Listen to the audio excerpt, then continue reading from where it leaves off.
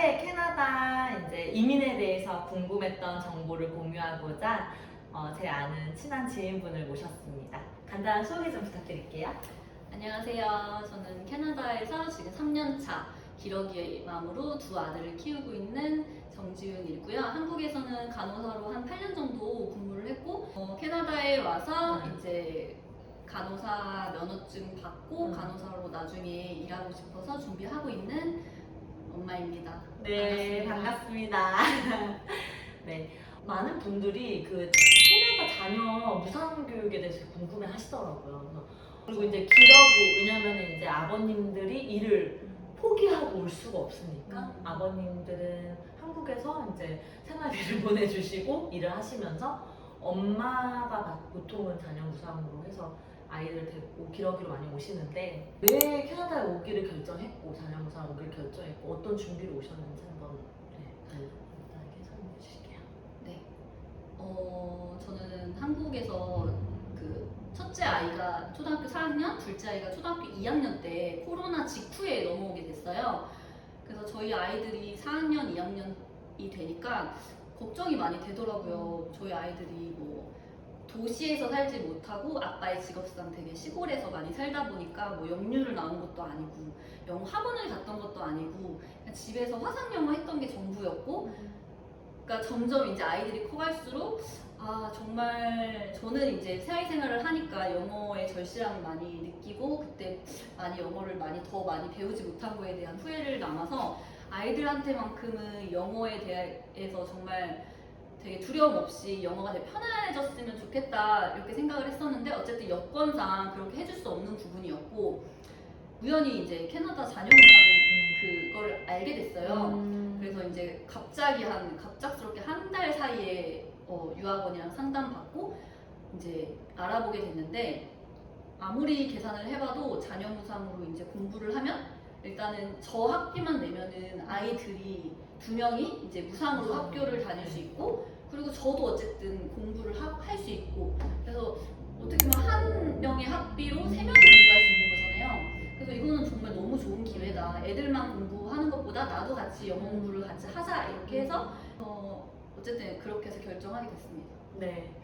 그러면은 준비를 뭐 어떻게 하셨나요? 네, 처음에는 이제 제가 아이들 영어가 먼저였기 때문에 원래 한 2년 정도 생각해서 이제 한 6학년 정도에 오거나 아니면 중학교 가기 전에 이렇게 와야 되겠다 한 2년 정도만 생각을 하고 이제 오려고 이제 한국 돌아가려고 해서 이제 유학원을 그렇게 상담을 했는데 유학원에서 그 어쨌든 간호사로 오랫동안 일을 하셨으니까 간호 쪽으로 이제 유학을 그 자녀 무상으로 하시면은 나중에 정말 간호사로 취업을 하셔도 너무 좋고 그리고 캐나다 컬리지로 가면은 일단은 애들이 무상이고 그리고 이제 기러기 엄마 혼자 와도 뭐 방학 때도 쉴 수 있고 그렇게 얘기를 하셨어요. 그래서 일단은 어떻게든 해보자 이렇게 해서 오게 됐고 ESL까지 하게 되면은 그러니까 ESL을 하고 이제 본과로 들어가는 방법이 있거든요. 근데 그러면은 시간이 너무 길어지는 거예요. 한 3년 가까이. 진짜 공부만 하다가 오게 되겠다 싶어가지고 어떻게든 한국에서 영어 공부를 해서 본과 입학하는 걸로 해보자 해가지고 이제 유학원 원장님께서 소개를 시켜주셔서 캐나다 어학원을 통해서 이제 인터넷으로 온라인 수업을 했던 것 같아요. 한국에서. 그래서 낮에는 간호사로 일을 하고 밤에는 온라인 수업을 들으면서 한 5개월을 그렇게 준비를 했었어요. 영어 점수가 그렇게 좋진 않았어가지고 그래서 한국에서 준비를 하고 그리고 다행히 간호사로 이제 본과로 다행히 들어가게 입학을 하게 됐어요. 근데 처음에 이제 제가 들어갔던 과가 EPIN이라는 이제 간호 준석사 프로그램이고 그 프로그램이 그 한국에서 그 임상 경력이 2년 이상 있어야 되고 그 대학 학점이 3.5점인가 그게 넘어야 되고 그 기준이 있어요. 그래서 그게 막 그냥 아무나 그냥 그 대학 한국 간호대 졸업했다고 들어갈 수 있는 게 아니라 일단 임상 경력과 그 그 학교에서 성적도 필요하고 네. 그러니까 이런 것들이 있었기 때문에 어쨌든 까다로운데 진짜 운 좋게 어쨌든 다 모든 거를 다 통과하고 본과까지 다행히 들어갈 수 있게 되었던 것 같아요. 그래서 본과를 들어가셨는데 생각보다 많이 힘드셨다고 들었어요. 저희 아이가 이제 한국에서는 4학년 1학기 마치고 왔는데 여기서는 그레이드 5랑 그레이드 3로 들어갔어요. 근데 5학년, 3학년인데 학교를 등하교는 이제 3학년부터는 혼자 할 수가 있어요. 저 둘째 같은 경우도 등하교는 이제 혼자 할 수가 있는데 문제는 아이들도 적응이 필요한 시간이 필요했었던 거예요. 근데 저는 본과가 그런 걸 고려해주지 않아요. 그러니까 ESL 같은 경우는 그러니까 수업 자체가 거의 9시부터 뭐 2시, 뭐 4시 막 이렇게까지 딱 그 시간대만 거의 있고 그리고 약간 유도리있게 좀 빼주기도 하고 하는데 본과는 정말 칼 같고 8시부터 수업하고 거의 뭐 7시까지, 6시까지 저녁 늦게까지 수업하는 경우도 있고 해서 이게 생각보다 아이들 키우기가 너무 힘든 거예요. 공부를 하면서도 공부가 그 생각보다 너무 쉽지 않고 빡세고 되게 과제도 너무 많고 뭐 발표, 뭐 시험 이런 것들이 정말 말도 안 되게 많았고 문제는 어쨌든 유학 원장님이 뭐 방학 때는 쉴 수 있다라고 했는데 방학 때 쉴 수 없었어요. 일단은 결론은 문제는 이제 여름에는 서머 캠프를 보내면 된다라고 하셨는데 이게 서머 캠프도 시간이 비포 애프터를 넣어도 8시, 5시 그 이상으로는 안 돼요. 근데 저는 실습이 2학기 때부터 시작이 됐는데 실습하면은 보통 6시부터 6시까지 12시간씩 실습을 해야 됐어요. 그래서 2학기 때부터는 그 병원으로 임상 이제 실습을 나가는데 여기는 간호사가 2교대예요. 임상 그냥 큰 병원은. 그래서 12시간씩 실습을 해서 저는 6시부터 저녁 6시까지 그러면 애들 도시락까지 싸려면 4시에는 일어나서 도시락 싸고 거의 한 5시 반에는 일찍 가야 되니까 5시 반에는 이제 나갔어야 했는데 일단 애들이 여름방학 때 어떻게 할 수도 없었고 너무 애들이 너무 방치됐고 저도 힘들고 어쨌든 애들이 먼저인데 애들 때문에 왔는데 자꾸 뭔가 그게 바뀌는 거예요. 애들은 거의 방치되고 나는 너무 맨날 쪄들어 있고 애들이 뭐 엄마 부르기만 해도 부르지 마 이러고 참 이게 너무 고민을 많이 했어요. 참 이게 맞나? 나도 공부하고 싶어서 이렇게 시작을 했지만 애들을 저렇게 방치하고 계속 하는 게 맞나 싶은 마음이 들어서 결국에는 2학기 때 그만뒀어요. 어쩔 수 없이 그만뒀고 근데 그 결정에 대해서 아직 뭐 지금은 전혀 후회는 없어요. 왜냐하면 그때 당시가 너무 힘들었기 때문에 그때는 스트레스가 너무 심해서 진짜 위경련에 뭐 탈모도 심했고 스트레스가 너무 많아서 근데 그때는 이제 그만둔 거에 대해서 후회는 없었어요. 근데 그만두고 너무 속이 시원할 줄 알았는데 우울감이 오더라고요. 이게 그만둔 거에 대한 그런 미련이 아니라 되게 우울감이 되게 많이 와서 사람이 되게 막 까라지더라고요. 그래서 안 되겠다 싶어서 간호학과는 그만뒀지만 그래도 NCLEX라고 이제 미국 간호사 시험이 있어요. 그래서 캐나다 간호사가 되려면 그거 시험도 꼭 패스를 해야 되는 부분이 있거든요.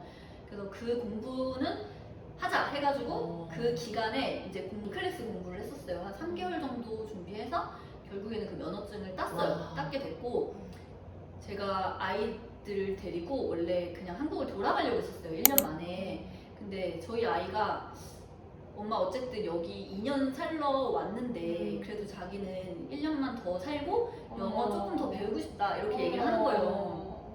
그래서 아이가 저를 붙잡았어요. 첫째가? 네, 첫째가. 그래서 엄마 지금 가면은 나는 아무것도 아닐 것 같다. 조금만 더 공부하고 싶다 이렇게 얘기를 해서 고민을 끝에 PSW라고 그러니까 어떻게 보면 한국에서는 요양보호사인데 근데 캐나다에서 한국에서 요양보호사는 좀 달라요. 왜냐면 캐나다에서는 컬리지를 나오고 그러니까 1년 동안 교육을 받고 해서 되게 뭔가 힘든 어쨌든 까다롭고 이런 시험도 패스해야 되고 실습도 있고 실습도 200시간을 채워야 되고 그것도 실습 그런 시간을 다 채워야지 이제 하는 거거든요. 근데 어쨌든 조금 전문적인 요양보호사라고 생각하면 될 것 같아요.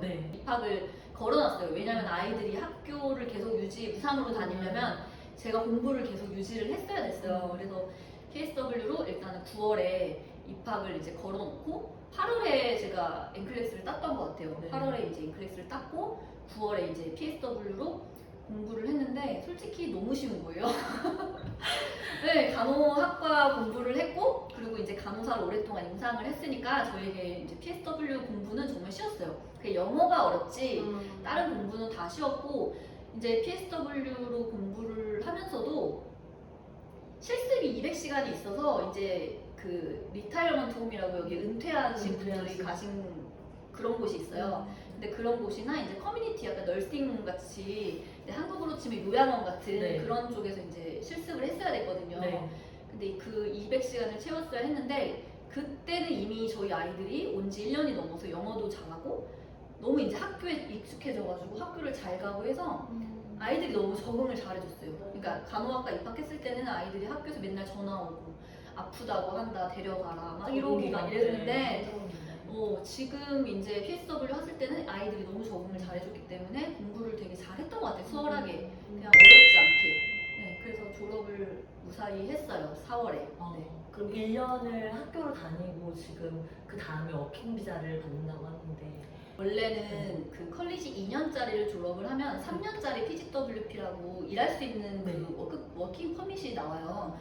그래서 보통들 이제 영주권을 받으려고 오신 분들은 2년을 졸업해서 3년을 받으려고 하시거든요. 저는 사실 영주권까지는 생각이 없어서 2년짜리를 처음에는 영주권 때문에 갔던 거는 아니었고 그리고 영주권에 대한 그 생각이 없어서 사실은 뭐 PGWP 기간은 상관이 없었어요, 크게. 근데 어쨌든 저는 그 간호학과를 중간에 그만두고 PGWP 1년짜리를 졸업했기 때문에 원래 1년짜리는 1년짜리밖에 안 나오거든요. 그래서 저는 큰 기대는 안 했는데 다행히 그 전에 간호학과 1년 정도 공부했던 거를 참작을 해주셨는지 워킹 퍼밋은 3년 정도 나왔어요. 네, 그래서 박수! PGWP는 3년 정도 기간을 받아서 영주권을 준비할 수 있는 준비할 수 시간이 있는 3년 시간인 것 정도 같아요. 사실은 영주권을 생각하고 온 게 아니었기 그러니까요. 때문에 2년 살에 오셨던 건데. 기력이 엄마였으니까 네. 아빠 혼자 오래 살 수 없으니까 다시 한국 돌아가려고 이제 생각을 했는데 계속 이제 사람 욕심이 생기더라고요. 네. 아이도 적응을 캐나다에서 잘하고. 적응 잘했고 그리고 영주권을 받고 지금 한국을 다시 돌아갔다가 나중에 어떻게 될지 모르니까 네. 그런 생각까지도 생각하고 있고 어쨌든 한국의 입시가 너무 힘들잖아요. 네. 그러니까 아이들이 아이들 한국을 영주권까지. 돌아가서 영어는 잘했지만 어쩔 수 없이 다른 부분은 너무 많이 떨어져 있어요. 수학이나 뭐 국어나 뭐 기타 부분. 사실은 영주권 진행할 생각이 없었는데 어떻게 하다 보니까 이제 뭔가 영주권까지 생각하게 됐어요. 아이들도 너무 원하고. 예. 그래서 한국을 다시 돌아가더라도 영주권을 일단은 따고 돌아가자 이렇게까지 지금 생각을 하고 있어요. 그러면 지금 현재 6개월 정도 풀타임으로 일을 하면은 영주권을 준비할 수 있는 게 주어지는 건가요? 네, 지금 일단 PSW로 원래는 간호학 제가 그 엠클래스를 땄고 그 이후에 또 프로세싱이 되게 있었어요. 그 CNO 뭐 해야 되고 뭐 간호사 캐나다 라이센스를 네. 온타리오 주거를 받으려면 그 엠클래스를 따야 되고 뭐 영어 점수를 받아야 되고 CNO를 또 프로세싱 그게 필요한데 그걸 어쩌지 해가지고 제가 면허를 받았어요. 간호사 면허증을 지난 5월에 받아서 근데 저는 면허만 있으면은 취업 너무 쉽게 될 줄 알았는데 생각보다 이게 취업이 진짜 어려워요. 그리고 아무리 한국에서 경력이 많아도 캐나다에서 간호사로 경력이 없으면 쉽게 안 뽑아요. 뽑아도 파트타임 아니면 템포러리 약간 진짜 그냥 계약직처럼 그러니까 그렇게만 뽑고 그것조차도 진짜 힘들어요. 네. 그래서 처음에는 너무 오기가 생겨가지고 막 이 지역 아니어도 무조건 되기만 하면 된다 이런 생각에 막 여기저기를 다 막 썼어요. 그래서 뭐 운 좋게 자보퍼도 들어온 데도 있고 하는데 어쨌든 결과론적으로는 저는 아이들 때문에 왔으니까 아이들이 원하는 방향대로 하자라는 게 첫 번째 목표였고 근데 일단 아이들이 원하지 않았어요. 다른 곳으로 이사 가는 걸 원하지 않았고 그래서 다른 곳에서 들어왔던 자보퍼들은 어쩔 수 없이 그냥 다 좋게 포기했고 그리고 여기 지금 살고 있는 지역에서 계속 열심히 이제 알아봤지만 여기가 되게 좁아요. 동네가 생각보다 좁고 그리고 내가 살고 있는 지역에 컬리지 간호학과 그게 있다 보니까 너무 많아요. 간호사 졸업하신 분들도 많고 결국에는 그냥 PS 쪽으로 그냥 그 파트타임을 구해서 일을 하고 있었고 운 좋게 그 PSW로 풀타임까지 구해서 지금 일을 하고 있는데 운 대단합니다. 좋게 내년 초에 지금 영주권 파일럿 프로그램 나와서 케어기버로 해서 파일럿 프로그램이 나와서 원래는 영주권을 신청하려면 보통 1년 정도를 네. 준비하고 신청을 해야 되는데 이제 이거는 6개월만 일하고 풀타임 오퍼만 갖고 셀픽 점수 4.0만 넘으면은 지원할 수 있는 그 파일럿 프로그램이 나와서 아마 그걸로 축하합니다. 내년에 초에 열심히 일하고 한번 해보려고 할 것 같아요. 일단. 네, 그리고 많은 분들이 이렇게 준비하는 학비라든지 생활비 이런 걸 궁금해 하시더라고요. 학비는 EPIN 처음에 이제 간호학과 들어갔을 때, 네. 그러니까 총 4레벨이에요. 그러니까 4학기가 이제 해야 되는데 다 내는 건 아니고, 그러니까 언제까지 1학기 거 내야 되고 언제까지 2학기 거 내야 되고 이렇게 내야 되는데 일단 처음에 입학할 때 초반에 들었던 거는 10,000불이 들었어요. 거의 한국 돈으로 한 1,000만 원 정도 네. 들어갔고 그리고 이제 그 다음 학기부터는 조금 더 싸져서 한 8,500불 그러니까 뭐 한국 돈으로 850만 원 그러니까 8,500불 뭐 8,900불 이렇게 한 9,000불 조금 덜 들었던 것 같아요. 저는 이제 2레벨에서 그만뒀기 때문에 그러니까 두 번째 학비까지 냈고 중간에 그만뒀기 때문에 환불받거나 한 거는 없었고요. 그리고 PSW로 이제 옮기고 네. 그거는 한 9,000불 정도 들고 그 다음 게 한 8,000불 들어서 한 17,000불 정도로 해서 들었던 것 같아요. 근데 아이들이 네. 그 공립학교로 입학을 했을 때 네. 17,000불이라고 알고 있거든요. 한 학기가. 근데 그런 거 생각하면은 네. 저는 아이가 둘이기 때문에 어떻게 보면은 더 맞아요. 그냥 싸게 왔다 그냥 그렇게 생각하고 그렇죠. 있어요. 네. 지금 이제 졸업을 하셨잖아요. 네. 그러면은 PSW로 지금 얼마를 받고 계시는? PSW는 뭐 생각보다 이렇게 많지는 않아요. 간호사보다도 훨씬 적긴 하는데 그래도 한 캐나다가 최저임금이 한 17불 정도 되는데 이제 그것보다는 조금 더 받아서 지금 그 캐나다 정부에서 PSW 직업이 그러니까 캐나다도 한국처럼 그러니까 많이 노령화돼 있어요 사회가. 그래서 이 직업 자체가 되게 유망직 쪽이고 간호사나 이 헬스 쪽 직업을 되게 뭔가 밀어주고 있거든요. 네. 그래서 캐나다 정부에서 조금 이제 더 많이 준다 그래야 되나? 그러니까 나라에서 조금 더 지원을 해줘서 한 3불을 더 해줘서 지금 한 21불, 22불 정도 해서 받고 있어요. 그러면 간호사분들은 졸업하면 얼마 정도로 근데 되세요? 간호사는 그 병원마다 다르고 조금 큰 병원 같은 경우는 복지나 이런 것들도 좋고 조금 페이를 더 받는 대신 조금 힘들고 일이 힘들고 이제 롱텀 케어나 아니면 조금 이제 뭐 요양병원 그런 급으로 이제 가시는 분들은 보통 한 40불 전후로 받는 것 같아요. 근데 이거는 너무 달라요. 네. 이제 경력에 따라 다르고, 그러니까 이것도 뭐 오픈을 쉽게 안 하니까 네. 사람마다 내가 얼마 받는다 이렇게 네. 얘기를 안 하니까 그냥 대략적으로 그냥 제가 얇게 아는 그 정도고, 네. 그러니까 더 많이 받으시는 분들, 뭐 훨씬 더 능력이 좋으신 분들은 훨씬 더 많이 받고요. 뭐 교수님 그때 예전에 간호학과 교수님은 뭐 시간당 70불까지 받을 수 있다 이렇게 얘기는 하시는데 그거는 제가 볼 때는 진짜 열심히 경력 있고, 그러니까 캐나다에서도 간호사 중에 전문 간호사가 있어요. 그런 분들은 그렇게 많이 받고 있는 것 같은데 그렇게까지는 못 받고.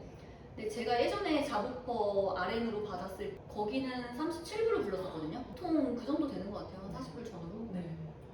그러면은 아이들 생활비 같은 거는 얼마나 하잖아요?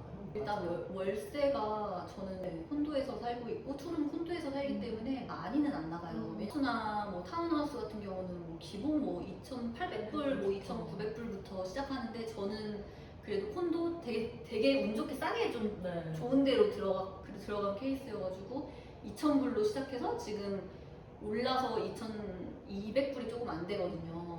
근데 저는 이제 그러니까 눈도 치워야 되고 뭐 그 가든이 있으면 그런 것들을 해야 되죠. 잔디 깎아야 되고. 저는 공부하면서 애들 케어하면서 그런 것까지 할 자신은 없어서 일단 콘도에서 먼저 시작을 해보자 했는데 또 이사 가는 게 쉽지 않아서 이사를 못 가고 그냥 살고 있어요. 방 2개짜리 한 2,500불? 그러니까 방 3개 이상 뭐 타운하우스 가려면 3,000불 정도는 생각하셔야 될 것 같아요. 그러면은 뭐 먹고 사는 생활비는 어떻게 돼요?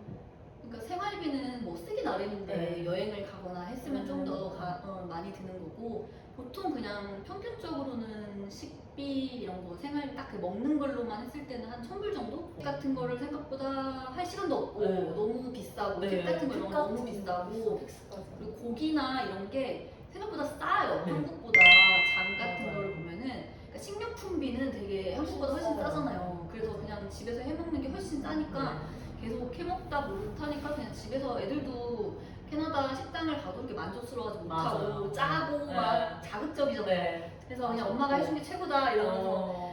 잘 먹어줘서 그냥 집에서 그냥 거의 해먹어서 저는 그래도 조금 많이는 안 들었던 것 같아요. 근데 그 외의 것들이 어쨌든 뭐 기본 사보험비, 네. 유틸리티, 네. 뭐 기름값, 뭐 기타 등등 해서 나가는 비용.